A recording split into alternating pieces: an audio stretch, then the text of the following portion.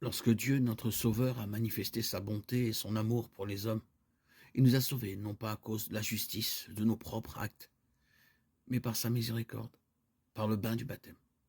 Il nous a fait renaître et nous a renouvelés dans l'Esprit Saint.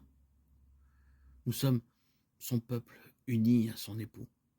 Le Christ au Jourdain nous purifie de nos fautes. Les mages apportent leur présent aux noces royales. L'eau est changée en vin pour la joie des convives. Alléluia. Toutes les nations que tu as faites, Seigneur, viendront se prosterner devant toi. La vie s'est manifestée en Jésus-Christ et c'est notre joie. C'est pourquoi nous pouvons laisser monter la louange qui plaît à Dieu.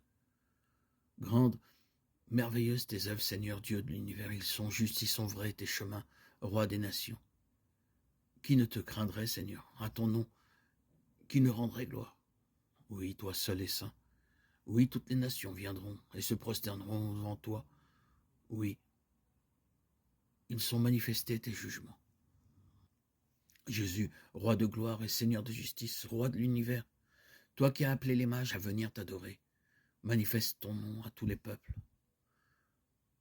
Seigneur de gloire, toi qui conduis ton peuple dans la droiture, accorde aux hommes une paix durable.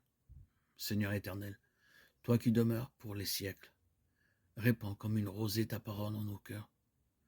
Seigneur, maître de justice, toi qui veux délivrer le pauvre sans défense, fais-nous les ouvriers de cette libération.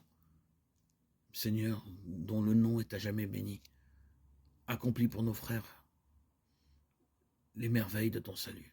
Écoute notre prière illuminée par la démarche prophétique des mages. Purifie-la et daigne l'exaucer selon ce que tu veux. Car c'est à toi qu'appartiennent le règne, la puissance et la gloire pour les siècles des siècles.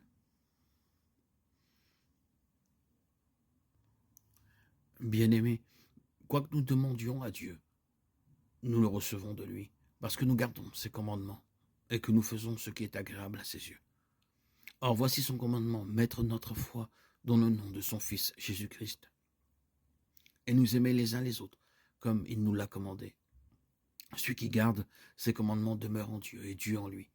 Et voilà comment nous reconnaissons qu'il demeure en nous, puisqu'il nous a donné part à son esprit.